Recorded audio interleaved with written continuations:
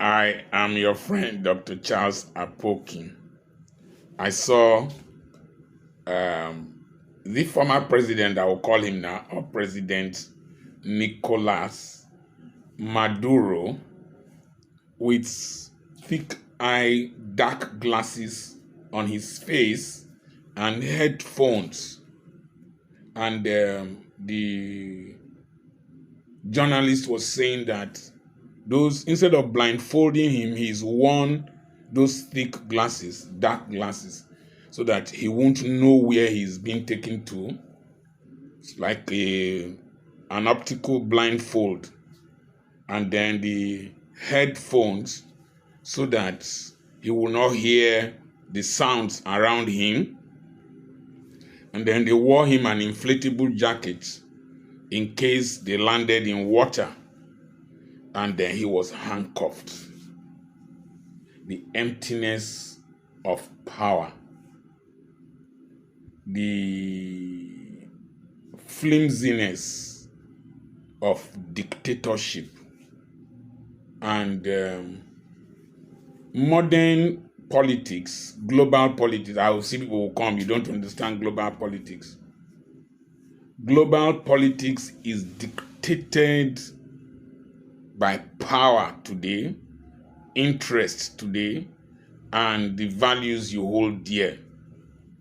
And it depends on who has the greatest will, the strongest military, the most strategic thinking military, and that can strike at a long distance with precision. What happened in Venezuela today is as a result of the relative weakness of Russia. Russia made a mistake to a large extent of invading Ukraine, even though NATO was coming to its backyard. I believe Vladimir Putin could have used a more strategic approach as during the Cuban Missile Crisis between John F. Kennedy and Nikita Khrushchev, and would not have rolled tanks into Ukrainian territory and be humiliated out of that large convoy of tanks because of modern military hardware. And no matter the fact that Russia might be taking over territories in Ukraine during this period, the might of the Russian army was disgraced to an extent that people no longer feared it. And so Russia was so preoccupied fighting Ukraine, it could not even respond to the Jewish attack, Israeli attack of Iran, and the collapse of organizations like Hezbollah and the Houthis that were backed by Russia. And even the collapse of the Assad regime also showed the relative weakness of Russia and the need for it to concentrate in defending its own territory right back at home. So the dynamics decided what happened now and what might happen in Iran. We will come to that. So Nicolas Maduro should have known some basic principles that I will enumerate here. America will not go to Costa Rica and carry their president away.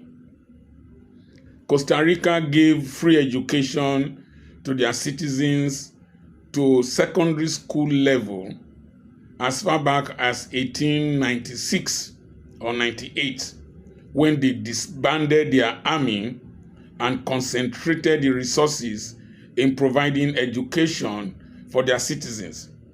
So Costa Rica has about 99% literacy rate, And with literacy, there is democracy and there is development. The economy is relatively stronger than most countries in South America and Central America.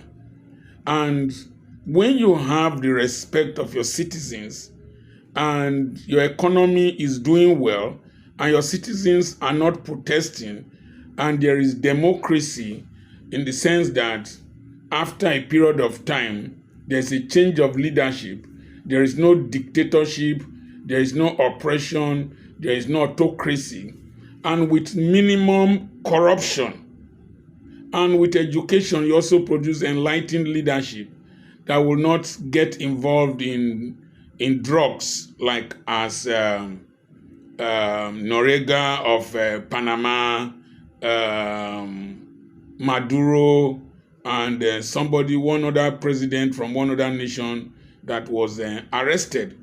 So, the strength of a nation is in the well-being of its citizens, is in the strength of its judiciary, is in the strength of its democracy, not necessarily the strength of the brutality of the dictator and the level to which the dictator can suppress his or her own citizens. And that shows to a large extent that we must be careful in Nigeria. We must be careful in Nigeria. I see a situation where the citizens of Nigeria are being pushed to a tight corner by various